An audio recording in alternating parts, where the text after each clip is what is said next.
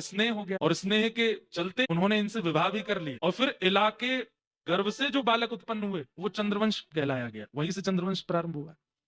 तो वो आगे की घटना है। तो हुआ क्या कि अभी आए तो स्त्री बन गए, तो फिर वशिष्ठ ऋषि को फिर बुलाया गया। वशिष्ठ ऋषि ने आकर के कहा, बोले देखो प्रकृति जो कर दे उस पर हस्तक्षेप नहीं करना चाहिए था। प्रकृति ने इसको स्त्री बना करके भेजा था, तुमने पुरुष करवाया, अब ये फिर से स्त्री बन गया है।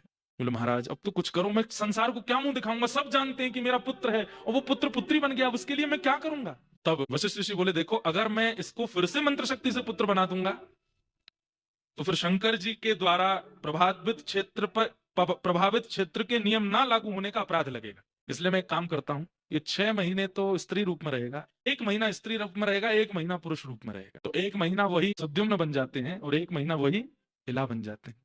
लेकिन इस बीच में उनको कितना कष्ट होता था ये कौन जाने। अब बेचारे सुद्युम्न अपने सखाओं के साथ खेल रहे हैं और आज ही 1 महीना पूर्ण हुआ और आज ही वो स्त्री बन गए, अब सखा उनके से भाग जाते।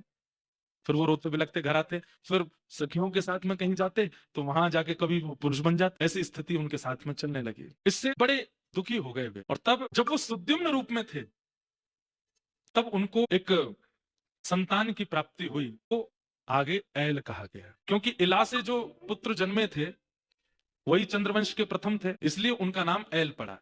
तो यहाँ सुद्युम्न जो थे ये तो विरक्त हो गए, विरक्त होकर के बस अब स्त्री पुरुष बार बार बनने पर इनको बहुत कष्ट होने लगा और ये निकल पड़े। लेकिन इनके ही इला रूप में जब बुध के द्वारा इनके पुत्र हुए उनको ऐल कहा गया। भगवान कहते हैं वो हमारे वंशज थे। बोले ऐल इतने सुंदर थे, इतने सुंदर थे, चंद्रवंश के प्रथम राजा। और राजा कैसे थे, बोले जहां तक सूर्य की किरण जाती थी वहां तक उनका प्रभाव होता था। उन ऐल के गुण को नारद जी ने जाकर के सुनाया, कहा, स्वर्ग में।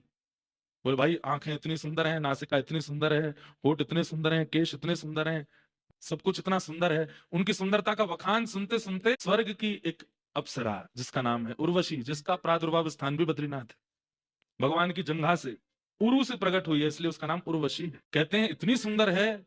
उर्वशी की उपासना बताते हैं भागवत में, अगर कोई करे तो उसको सुंदरता प्राप्त हो जाती है या सुंदर जीवन साथी मिल जाता है या सुंदर बालक मिलते हैं।